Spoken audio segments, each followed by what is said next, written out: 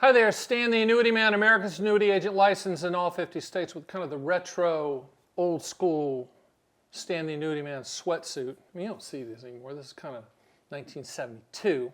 I don't know where I bought this, but of course I logoed it out. Today's topic is about index annuities versus RILAs, registered index linked annuities. Oh boy, here we go. I'm looking forward to this a little bit. Just tell you the truth. You might not be ready for what I'm getting ready to tell you, but just understand it is the truth. And we'll do that after this.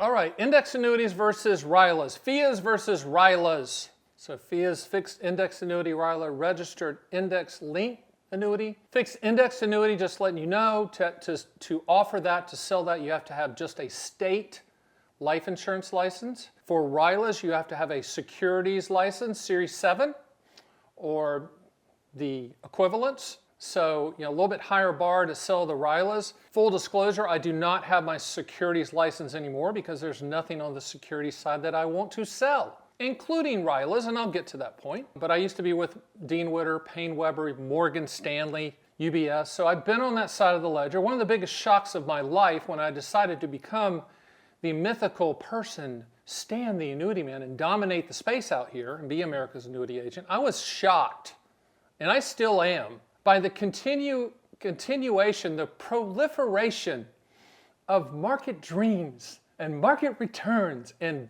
back-tested numbers and all this stuff that seems to just permeate every sales pitch out there. I'm the pioneer of what's called CGO, contractual guarantees only. I came up with it. There are people that have followed me, but that's what I do. I don't look at any hypotheticals or theoreticals. In my opinion, to throw water on this topic, I don't think you should buy any annuity for potential market growth. If you want growth in a market, stop market type growth, don't buy an annuity.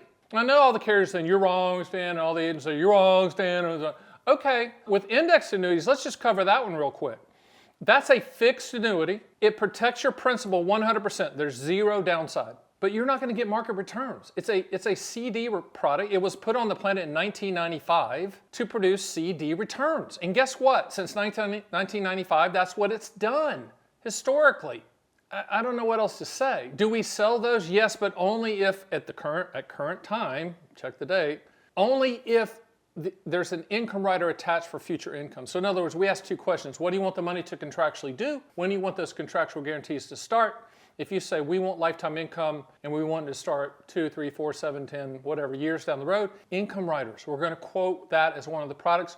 We're also going to quote deferred income annuities because those are the income later products. But the income rider you can't buy as a standalone. It has to ride on top of a policy. The most efficient way to deliver that guaranteed income rider is with an index annuity. But do we look at the index annuity? Do we care about it from the standpoint of potential growth? No. No, we don't, just because we know it's a CD product and that we're buying the income rider. That's the sole focus of what we do. Now, just in the recent years, RILAs have popped up on the scene. And I think having worked for big, large brokerage firms on Wall Street, they're always looking for these cute little package products that they can sell to customers. They can hopefully wrap a management fee on and make a commission and double dip or whatever. I mean, whatever, they're looking for those products. And in my opinion, RILAs, registered index linked annuities, are the security industry's version, in their opinion, better than an index annuity.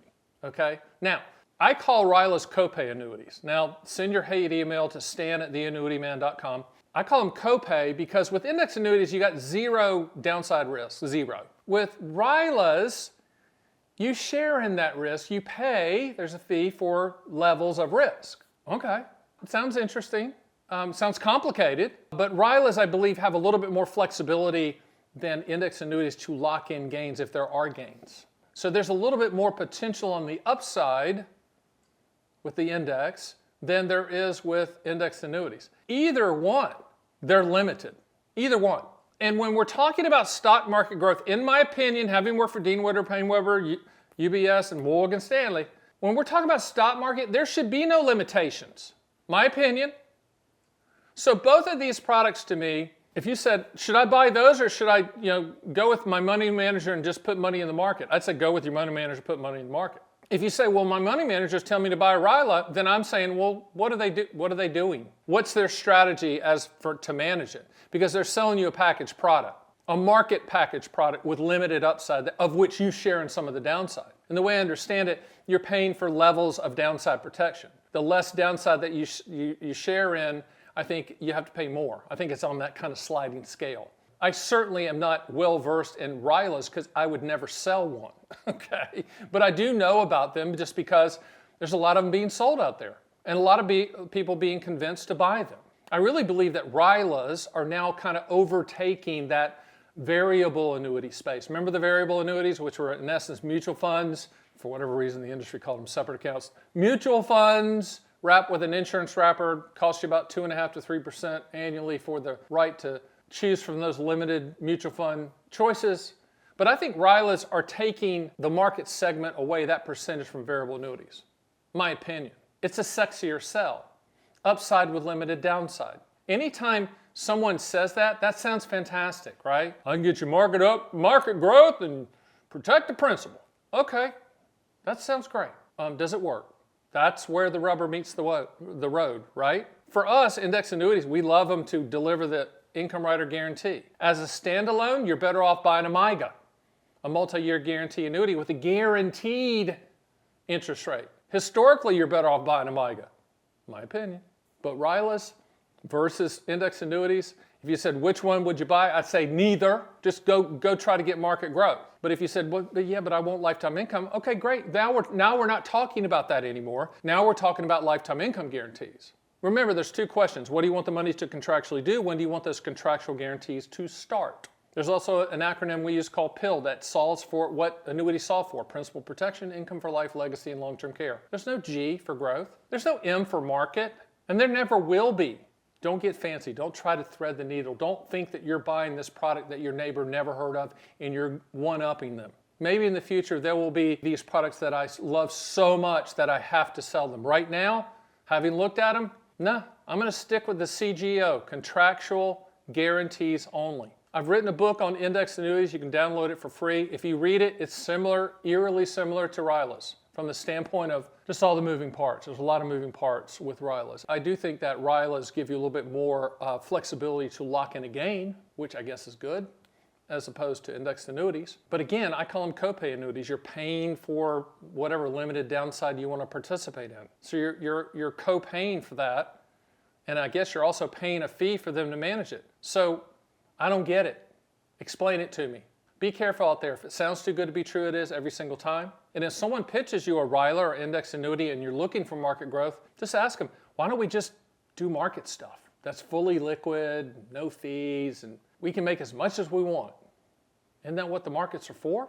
With 14,000 people turning 65 every single day, you're going to see a lot more of these products just be created out of midair, pop up out of midair. Indexes you've never heard of pop up out of midair. Because all they're doing, the annuity companies, they're running an algorithm to look for a return. They're going to take that basket, package it, call it some unicorn XYZ index you've never heard of, and then tell you if you'd owned it 10 years ago, you'd have made X. Come on. Retirement Chapter 2 is simple. It's all about principal protection and lifetime income with most people. Not all, most. And when you're looking at principal protection and lifetime income, it's very, very simple and it's very, very contractual. Do me a favor. Go to my site, Run Quotes 24/7, 365. Download my owner's manuals for free. You can watch videos. I've done thousands of videos. And do me a favor, right above my head, click that box and it explains how our process works, the application process. Everybody in the building's licensed in all 50 states. Nobody in the building's on commission. Now, we do get paid by the carrier, but my people that are going to be talking to you, they're not incentivized by commissions. They're incentivized by you being happy.